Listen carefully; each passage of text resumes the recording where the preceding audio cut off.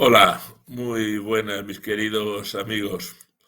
Encantado de saludarnos un viernes más en este programa ¿Qué pasa en la iglesia? Comenzamos rezando, nos ponemos en las manos de Dios y a partir de ahí a trabajar.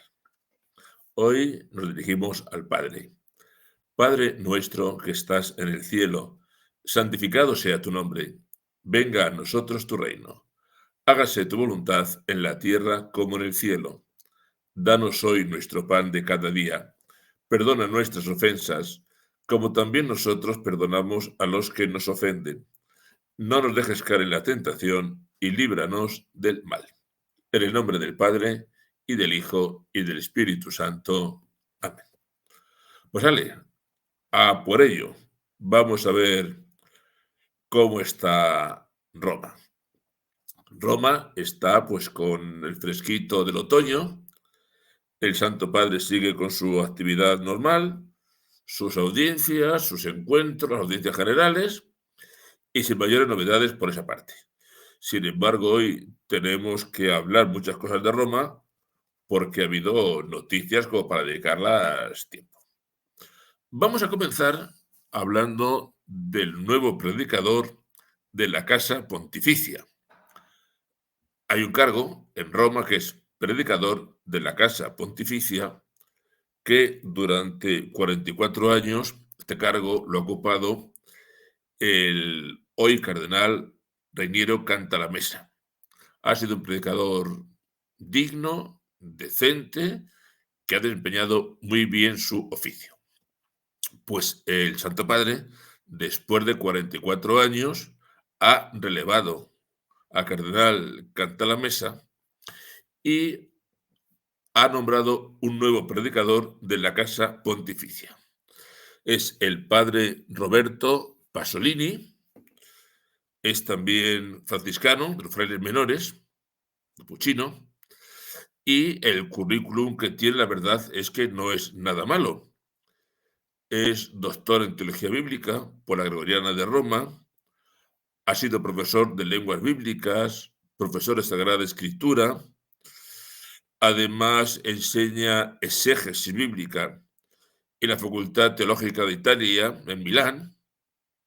Bueno, y la misión que va a tener como predicador de la Casa Pontificia es que será el responsable de impartir meditaciones durante los tiempos litúrgicos de Adviento y Cuaresma, dirigidas al Papa y a la Curia Vaticana. Por tanto, es un hombre con un currículum, en principio, importante, y es un hombre con una misión que es nada menos que predicar en los tiempos fuertes al Papa y a la Curia.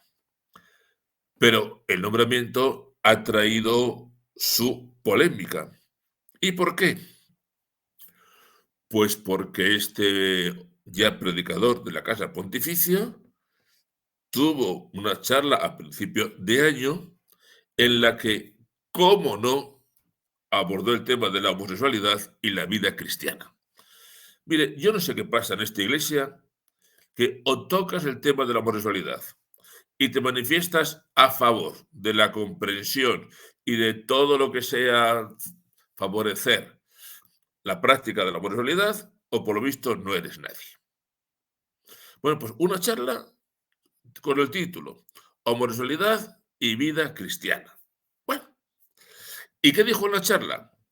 Lo tienen ustedes en la prensa, en los medios informativos. Pues que él no dice nada, pero deja caer que a lo mejor la amistad entre David y Jonatán era homosexualidad, aunque quizá no. Dice que la relación del centurión con su criado podría ser una relación de tipo homosexual, pero pudiera ser, y que imaginarlo tampoco sería indecoroso, e incluso llegó a dejar caer que podía haber algún tipo de relación homosexual entre Cristo y los discípulos. Que tampoco es que lo hubiera, pero que tampoco sería indecoroso que la pudiera haber. Este señor es predicador de la Casa Pontificia. Por eso les digo que en esta iglesia nuestra, el cardenal Radcliffe, que fue general de los dominicos, también gran defensor, el padre James Martin va a Roma como Pedro por su casa, oiga, y este señor defensor. Aquí o defiende lo gay o eres un pobre paria. Triste, pero las cosas son así. Vamos a ir a otro tema también que tiene que ver con Roma, porque en Bakú se ha celebrado, está celebrando una conferencia, una cumbre del clima sobre el cambio climático, las Naciones Unidas y tal, en Bakú. Bakú, que es tierra de petróleo. Y una conferencia a la que han ido no sé cuantísimos aviones, pues claro, para atender el clima hay que ir en aviones potentísimos que gastan muchísimo. Bueno, y saben ustedes que en Roma, el Santo Padre, además de esa fijación por los gays, que no sé de qué le viene, tiene la fijación sobre el cambio climático y el calentamiento global. Mandó al secretario de Estado, a Parolin, y Parolin pues habló de un montón de cosas. Por ejemplo, que nos tenemos que comprometer como sea eh, con el cambio climático porque es que nos vamos a cargar el planeta. Bueno, pues vale. Yo no sé si el Santo Padre sobre cambio climático tiene grandes expertos en el Vaticano, porque es un tema incluso muy controvertido, perdón, entre los mismos científicos. Y la otra cosa que ha dicho el Papa es que hay que condonar la deuda externa de los países más pobres. Yo recuerdo que hace unos años, porque esto de condonar la deuda externa es viejo, que hace muchos años en Madrid, en un consejo diocesano de pastoral, el cardenal Rouco invitó a uno de los grandes economistas que ha tenido España, don Juan Velarde, fallecido hace poco. Y recuerdo que en aquel consejo pastoral, don Juan Velarde, un economista de gran prestigio, dijo: si ustedes quieren terminar de condenar a los países pobres, condonen la deuda. El problema, nos decía él, no está en condonar la deuda de los países pobres, que volverán a endeudarse y estaremos en un ciclo. El problema está en que ustedes tienen que garantizar en esos países gobiernos legales, gobiernos democráticos y gobiernos de gente justa. El problema va por otra parte. Nos decía el profesor Velarde, lo peor que se puede hacer con un país pobre es perdonarle la deuda, porque eso al final hará que el país sea más pobre. Eso decía un economista, maestro de economistas en España. Yo creo que el Papa de deuda externa no entiende mucho, pero queda bien decir perdone la deuda. Bueno, pues que la perdone. Aparte de que nos han vuelto a hablar de la famosa deuda ecológica, que son deudas nuevas, pero que ahí se quedan. Vamos a dar otro pequeño avance, porque el Papa se ha reunido con el sínodo Siro Malancár. ¿Quiénes son los Siro Malancares? Pues la iglesia Siro Malancár es una iglesia oriental católica que sigue la tradición litúrgica de la iglesia antioquena y que se considera descendiente de la predicación de Santo Tomás en la India. Bueno, pues el día 11, el Papa el lunes recibió a este grupo de hermanos de la iglesia Siro Malancár. Que eso siempre es bueno, porque todo lo que sea una unión de iglesias, estos son católicos, son católicos de rito Siro Malancár, es bueno, es enriquecedor y hace que todos los miembros de la Iglesia Católica, aunque algunos tengan diferentes ritos, puedan llevarse bien. ¿Qué ha dicho el Papa?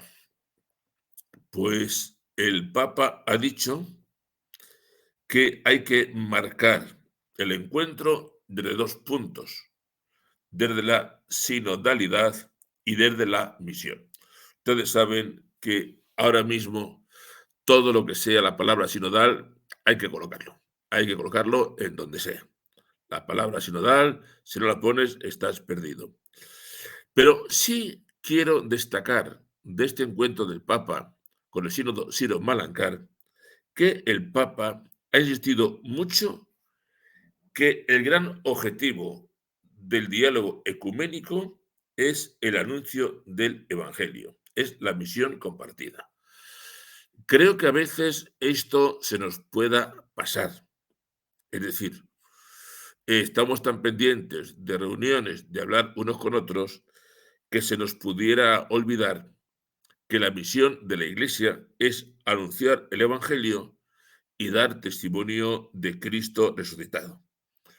Es más, les dijo el Papa Francisco que le encantaría que un día pudiéramos tener un sínodo ecuménico que se centre en la evangelización.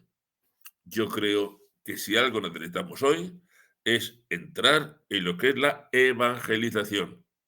Y a veces se nos olvida la palabra. Por tanto, que el Papa recuerde, hermanos, unidos en el anuncio del Evangelio, hermanos, hagamos un día un sínodo sobre evangelizar, me parece una noticia fantástica y por eso se la quería contar. Vamos a volver un día más a hablar del cardenal Zen. Yo creo que el cardenal Zen, hoy por hoy, es una cabeza privilegiada, es un hombre con una claridad de ideas extraordinaria y es un hombre que será mayor, pero hay que ver cómo le funciona el razonamiento y cómo le funciona el sentido de iglesia. Saben que el cardenal Zen tiene un blog, que escribe en chino, claro, pero que hoy con los traductores automáticos, pues uno puede leer cualquier cosa. Y el cardenal Zen termina un artículo en su blog donde dice lo siguiente: aquella larga y complicada conclusión de la Asamblea General del Sínodo, ahora reconocida por el Papa Francisco, tiene la autoridad docente de la exhortación papal. De ahora en adelante, el cardenal Tucho de Doctrina de la Fe tratará este documento como un decreto imperial con la posibilidad de cambiar en cualquier momento y completamente el contenido de la fe y de 2000 años de disciplina de la Iglesia. ¡Qué terrible! ¿Puedes dormir esta noche tranquilo después de darte cuenta de todo esto? Y el cardenal Zen dice que entre sus inquietudes, con lo que hemos vivido, está ese intento de abordar cuestiones doctrinales desde un enfoque democrático. Pero claro, es que la Iglesia no funciona así. La doctrina no es algo democrático. Dice incluso, por lo que él ha ido siguiendo, que los debates del sínodo fueron muy poco transparentes. Lo más delicado se llevó a comisiones más confidenciales, pero es que incluso los supuestos debates abiertos estaban tan dirigidos por los moderadores, tan controlados, que ellos mismos iban diciendo casi casi lo que tenía que salir. El cardenal Zen está muy preocupado por la posibilidad de cambios doctrinales y disciplinarios en temas muy sensibles. La bendición de parejas gays. Aquí, oigan, si no saben lo gay es que no somos iglesia católica, parece ser. La ordenación sacramental de mujeres como diaconisas, el celibato, las enseñanzas sobre moral sexual. Y él dice, con esto vamos a terminar como los anglicanos, que por cuestiones doctrinales y por cuestiones morales han sufrido divisiones tremendas. Y dice, la experiencia que tenemos de los sínodos es otra. Primero, eran sínodos de obispos, no sínodos de obispos y laicos, que esto es distinto. Dice, además, los documentos finales eran muy concisos, muy concretos, se pasaban al Santo Padre, el Papa los estudiaba con mucho detenimiento, los pensaba, y tras un periodo de reflexión salía una exhortación que era la que había que tener en cuenta. Aquí llegan los documentos que no concretan nada sin reflexión, sin estudio, sin nada, dice el Papa, ahí los tienen. Esto es empobrecer. Esto es algo que deja en evidencia el cardenal Zen. Fue un cardenal como para seguirle día tras día. Nos vamos a Italia. ¿Ustedes saben que Italia está dejando de ser católica por momentos? Italia, la tierra del Papa, no sé cuántas diócesis, no sé cuántos sacerdotes, no sé cuántos conventos. Bueno, pues Italia está dejando de ser católica. La Conferencia Episcopal Italiana encargó un estudio que se ha hecho hace unos días en la que dice que apenas el 15% de los italianos acude regularmente a los actos religiosos. El 15%. Pero da otros datos todavía más terribles. La encuesta de hace unos días, dice, el 70% de la población italiana se considera católica. Es decir, que el 30% de los italianos no se consideran católicos. Y de los que se consideran católicos, poco más del 15% asiste regularmente a las actividades de la iglesia. ¿Qué quiere decir esto? Pues que la cosa va muy mal. ¿Y cómo está entre los jóvenes? Dice, los jóvenes entre 18 y 34 años, poco más del 50% se consideran católicos. Y de ellos, practicantes, ni el 6%. ¿Se dan cuenta los datos de Italia? Sigue diciendo más. 4 de cada 10 italianos, el 40% de los italianos, no se siente identificado con la Iglesia Católica actual. ¿Por qué? Unos porque dice que es antigua y un 30% porque dice que la Iglesia carece de una línea clara. Claro, llega el relativismo y la gente dice, para estar así que no sé lo que es verdad y lo que es mentira, mejor me quito del medio. Y les doy un último dato. Más del 40% de los italianos ha dejado de creer en la vida eterna. ¿Se dan cuenta? La vida eterna. Más del 40% de los italianos ya no cree en la vida eterna. Y de los que creen en la vida eterna, un 60% dicen que no creen tampoco en el juicio. Es decir, ¿cuántos italianos creen en el juicio final? ¿Un 30%, 40%? Ni siquiera. Los jóvenes ni les cuento. Estos son datos de la Iglesia actual. Y nosotros seguimos, pues nada, hablando del sínodo y de sinodalidad y del encuentro y de que nos tenemos que querer mucho. Pues tela marinera. El otro día apunté la causa de beatificación de la hermana Clare. Nos quedamos sin tiempo el otro día, pero no quería que se pasara. Ustedes fíjense qué rostro, qué felicidad, qué sonrisa y qué paz. Bueno, pues la causa de beatificación de la hermana Clare va a dar comienzo el 12 de enero en Alcalá de Henares. Esta hermana murió en un terremoto el año 2016 en Ecuador. Con ella murieron algunas aspirantes. Esta hermana quería haber sido actriz de Hollywood y un día se encontró con el Señor y realmente esa cara, ese rostro, esa alegría ha ido contagiando a muchas jóvenes, sobre todo, a la hora de que se den cuenta de que solamente Dios hace feliz a la persona. Decía ella, solo Dios puede saciar el corazón del hombre. Muere la hermana Clare y dejó tal regusto de fe, de alegría y de convencimiento que empezaron a llegar miles de mensajes y correos a las siervas del hogar de la madre, correos de más de 50 países diciendo, hay que iniciar un proceso para que sean reconocidas las virtudes de la hermana. Las Hermanas del Hogar de la Madre son una asociación pública internacional de fieles aprobada por el Pontificio Consejo para los Laicos, y yo las conozco bastante, porque estas hermanas han organizado campamentos para las niñas en Braojos.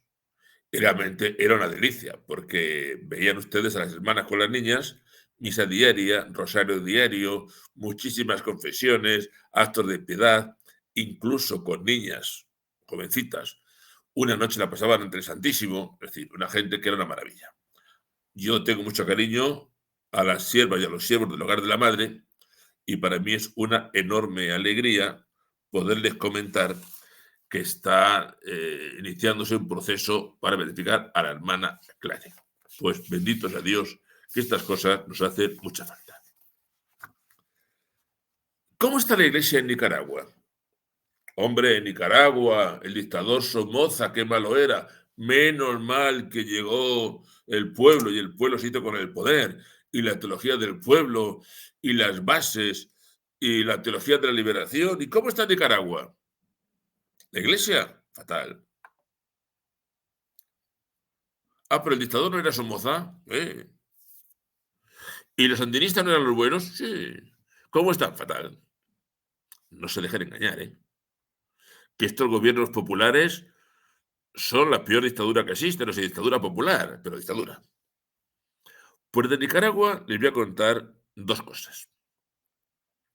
Una, pues que el gobierno ha decidido, el presidente del gobierno, que han decidido que los sacerdotes no pueden ir a los hospitales para administrar el sacramento de la unción de enfermos. Oigan, imagínense ustedes lo que es en un hospital, el enfermo grave, la familia preocupada, el enfermo que no está bien, la familia que quiere que este enfermo tenga los auxilios espirituales. Prohibido que los sacerdotes católicos vayan a administrar los sacramentos a los hospitales. ¿Esto es libertad? ¿Esto es comprender? ¿Esto es acoger? Esto es Nicaragua.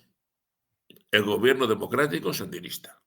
El gobierno de los pueblos. El gobierno del pueblo. El gobierno de los pobres. Los sacerdotes no pueden ir a los hospitales a administrar la unción de enfermos al enfermo que lo pida. Pero les tengo que contar otra de Nicaragua. Y es que acaba de desterrar al presidente de los obispos de Nicaragua. Pero vamos, esto ha sido antes de ayer. ¿Qué ha pasado? Pues que este obispo no es de su cuerda, y el obispo, el pasado día 10, el domingo, mientras celebraba la misa vespertina en la catedral, pues el gobierno municipal le montó un sarao, un acto, con altavoces en la puerta de la catedral, con lo cual allí no había manera de escuchar misa. Hombre, y el obispo, pues dijo que eso era algo sacrílego, que era faltar al respeto y que esto no se podía consentir. ¿Cuál ha sido la respuesta del gobierno? Han expulsado al presidente de los obispos de Nicaragua y lo han mandado fuera. Uno más, ¿eh? Te recuerden que hay un obispo de Nicaragua acogido en Roma, que desde Nicaragua ha expulsado ya a 150 sacerdotes. Es decir, aproximadamente el 25% de los sacerdotes de Nicaragua están fuera del país. Han expulsado seminaristas. Y ahora ustedes vuelven a creerse lo de la iglesia del pueblo, de los pobres y la iglesia en libertad. Pues esta es la historia de Nicaragua. Se la aprenda. Bueno, en la India está la cosa jorobada, porque algunos partidos políticos están reivindicando claramente una ley anticonversión. Prohibido dejar tu religión y convertirte a otra, especialmente al ser católico. Prohibido. Prohibido convertirte. ¿Se dan cuenta de lo que es esto? Leyes anticonversión. Claro, los obispos católicos, ¿qué han dicho? Oiga, miren ustedes, ningún gobierno puede entrar en mi alma y decir en mi conciencia si puedo o no puedo cambiar de religión. Otra democracia, ¿ven? Elecciones, democracia. Pero si gano, tú no puedes cambiarte de religión. Que esto el Islam también lo tiene, ¿eh? Si un islamista cambia de religión, está jugando directamente el cuello. Dice el obispo, para los cristianos, para los católicos, la conversión es algo muy serio. Es algo tan serio que aquel que quiere bautizarse necesita un tiempo prolongado de catecumenado para conocer su fe y para formarse en ella. Si no, no hay manera. Bueno, pues esto es lo último de la India. Lo último de la India. Leyes anticonversión. Bueno, ¿y este señor quién es? Hombre, esto está muy bueno. ¿Quién es este señor? Magnus Street, un teólogo alemán. No se lo pierdan, ¿eh? Teólogo alemán, profesor de teología fundamental, profesor de antropología filosófica, nada menos que la Universidad de Friburgo, y un teólogo de referencia del camino sinodal alemán. Ustedes saben, yo se lo he contado alguna vez, que los alemanes, además del sínodo normal, tienen su propio camino sinodal. Un propio camino sinodal donde reivindican el sacerdocio de la mujer, la bendición de los gays, el celibato, donde reivindican todo. Bueno, pues este señor es el teólogo o un teólogo de referencia en el camino sinodal alemán. ¿Y qué dice? Ha dicho públicamente que él no cree en la doctrina cristiana y católica sobre la salvación y la encarnación. Miren la frase que dice este teólogo. De la soteriología clásica, es decir, de la doctrina según la cual Cristo expió los pecados de la humanidad en la cruz, de esa doctrina me despido con firmeza. No cree en la encarnación, no cree en la redención, no cree en el sacrificio de la cruz. Le preguntan, ¿entonces habría que modificar el credo? No lo veo posible. Tampoco lo considero necesario. Habría que preguntarse si es posible seguir creyendo lo que el credo dicta. Y dice más, confiar en una autoridad doctrinal que pretenda hacer prescripciones autoritarias me parece ilusorio. Este es un teólogo, y este es el ideólogo del camino sinodal alemán. De nuestras cuentas, el camino sinodal alemán, ¿a dónde nos puede llevar? Si los teólogos de referencia no creen en la encarnación, no creen en la redención, no creen en el sacrificio de la cruz, y te dicen, no merece la pena tocar el credo, pero bueno, de alguna manera, con no hacerle caso, nos da lo mismo. Pero hablando de cosas de estas, les voy a contar otra historia. Hay una profesora de filosofía, Meg Giordano, capellana la llaman, en una universidad jesuita, ojo al dato, universidad jesuita, que plantea la posibilidad de que católicos y protestantes compartan el acto de la comunión respetando sus tradiciones. En definitiva, ¿qué es lo que está proponiendo? Propone crear espacios donde católicos y no católicos puedan tener su celebración, los dos tienen una celebración común y en el momento de la comunión los protestantes dan lo que tengan que dar a los suyos y los católicos dan lo que tengan que dar a los suyos. No, no se trata de que se mezclen, pero están juntitos.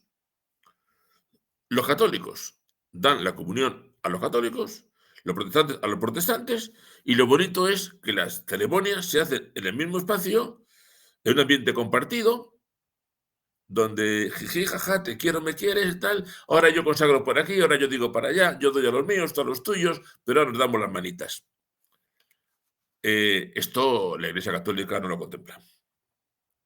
Bueno, pues esto lo está proponiendo, ojo, una señora que es profesora y capellana ecuménica en una universidad jesuita. Fíjense ustedes, los jesuitas, a quién tienen al cargo de la formación, a quién tienen a cargo de la espiritualidad, a quién tienen a cargo de sus capellanías en la universidad. A una señora que dice, todos juntitos, y luego cada cual que comulgue con lo suyo. ¿Se dan cuenta cómo está el panorama? ¿Se dan cuenta cómo está el panorama? ¿Ya se dan cuenta? Bueno, las 9:30. El próximo día, posiblemente, o al otro, les tengo que hablar de un libro muy especial. Oh, amigo, léanlo. Un día les he hablado yo del profesor Serrano Oceja, con el tema de las vocaciones, si recuerdan. Pues el profesor Serrano Oceja ha escrito un libro fantástico sobre Iglesia y poder en España. Lo que hace es estudiar la relación entre Iglesia y poder en España, sobre todo el Vaticano II, pero partiendo de la realidad española ya en el siglo XIX, que si no eso tampoco se entiende. Lo estoy leyendo, de momento estoy leyendo para mí lo más árido, porque es siglo XIX, principio del XX, y estoy deseando llegar del concilio para acá, que es lo que yo me conozco. Pues si pueden, léanlo. Algún día les comentaré más al espacio. Voy un momento a por Trapella, que alguien me ha dicho que si nos puede saludar. Un momento, que voy a por él. Un momentito, por favor, no se me vayan.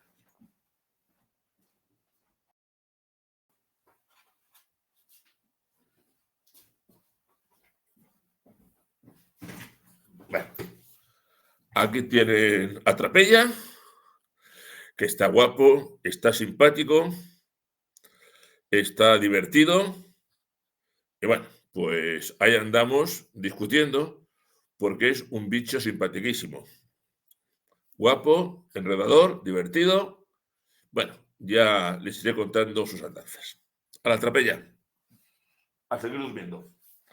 Nos despedimos. Que la semana que viene, si Dios quiere, un poquito más. Recibimos la bendición de Dios y seguimos con nuestras cosas. Que la bendición de Dios Todopoderoso, Padre, Hijo y Espíritu Santo, descienda sobre nosotros y nos acompañe siempre. Buenas noches, viva Cristo Rey y hasta la semana que viene, si Dios quiere.